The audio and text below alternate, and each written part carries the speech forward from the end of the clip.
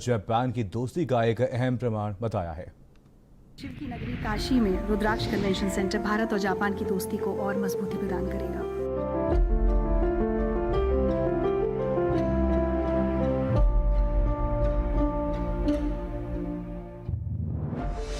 काशी को गंगा पुत्र की सौगात। रुद्राक्ष कन्वेंशन सेंटर का तोहफा।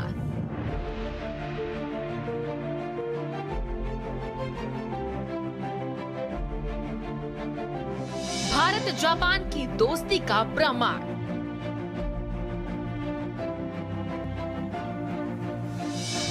भारत का क्योटो बनेगा Kashi. 108 Rudraksh decorated along its facade.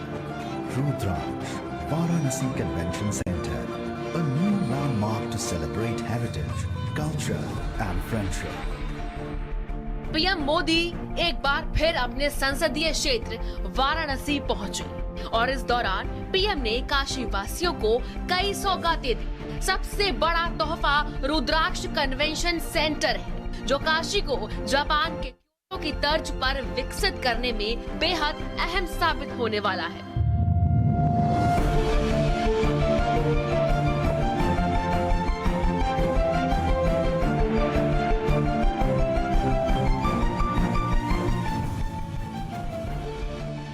जैसे ये रुद्राक्ष जापान की ओर से भारत को दी गई प्रेम की माला की तरह है, वैसे ही जैन गार्डन भी दोनों देशों के आपसी प्रेम की सुगंध फैला रहा है। इसी तरह चाहे स्ट्रेटेजिक एरिया हो या इकोनॉमिक एरिया, जापान आज भारत के सबसे विश्वसनीय दोस्तों में से एक है। भारत और जापान के प्राचीन और अर्वाचीन मैत्री का एक केंद्र बिंदु यह रुद्राक्ष बनेगा। बाबा विश्वनाथ की प्रतीक रुद्राक्ष की प्रतिकृति भी उसी रूप में है। अपनी अद्भुत आर्किटेक्ट के लिए केंद्र जाना जाएगा, अपनी वास्तु के लिए जाना जाएगा और अनेक प्रकार की कला और साहित्य की गतिविधियों का केंद्र बिंदु बनेगा। शिव की नगरी भारत और जापान की मजबूत दोस्ती का प्रमाण बताए जाने वाले रुद्राक्ष कन्वेंशन सेंटर की बात करें तो एयर कंडीशन सेंटर में 1200 लोगों की व्यवस्था, 150 लोगों की क्षमता वाला एक मीटिंग हॉल है, एक वीआईपी कक्ष और 4 ग्रीन रूम है। परिसर पूरी तरह से दिव्यांगजनों के लिए फ्रेंडली है। बाहरी हिस्से में एल्यूमिनियम के 108 सांकेतिक रुद्राक्ष है। परिसर में जापानी शैली का गार्डन और लैंडस्केपिंग भी की हुई है। बेसमेंट में 120 गाड़ियों की पार्किंग सुविधा भी है। सेंटर में सीसीटीवी कैमरेज भी लगाए गए हैं। बिजली के साथ साथ सौर ऊर्जा कनेक्शन भी हुआ है। शिवलिंग के आकार में दिखती है रुद्राक्ष की छत।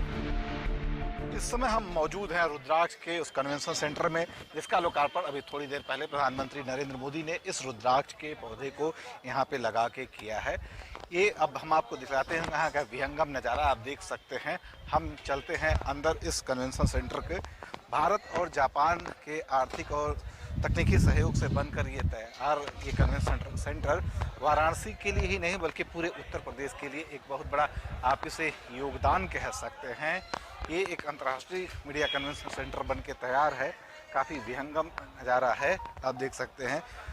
इसको इस तर्ज पे बसाया गया कि जिस तरीके से वाराणसी की एक आध्यात्मिक पहचान है, उस पहचान के साथ साथ एक तकनीकी रूप से किस तरीके से इसे डेवलप किया जाए, किस तरीके से और ज़्यादा तमाम विकास के जो रास्ते हैं, विकास के जो मायने हैं, उसको वाराणसी में खोला जाए, उसके लिए ये तैयार किया गया है। आप देख सकते हैं इस समय हम इसके अंदर मौजूद हैं।